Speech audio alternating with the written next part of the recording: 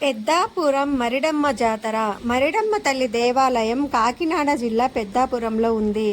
17వ శతాబ్దంలో వెలిసిన దేవత మరిడమ్మ తల్లి.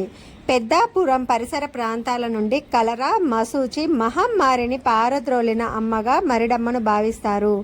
పసుపు పూసిన కర్రె గద్దెను అమ్మవారి ప్రతిరూపంగా పూజిస్తారు.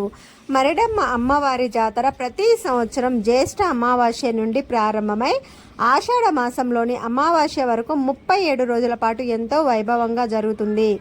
మామూలు రోజుల్లో అయితే ఈ జాతర సమయంలో ఒక్క ఆదివారం రోజునే దాదాపు 40 నుండి 50 వేల వరకు భక్తులు అమ్మవారిని దర్శించుకొని మొక్కుబడులు సమర్పించుకుంటారని అంచనా.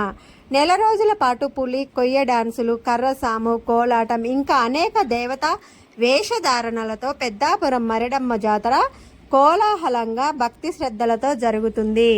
జై మరిడమ్మ తల్లి.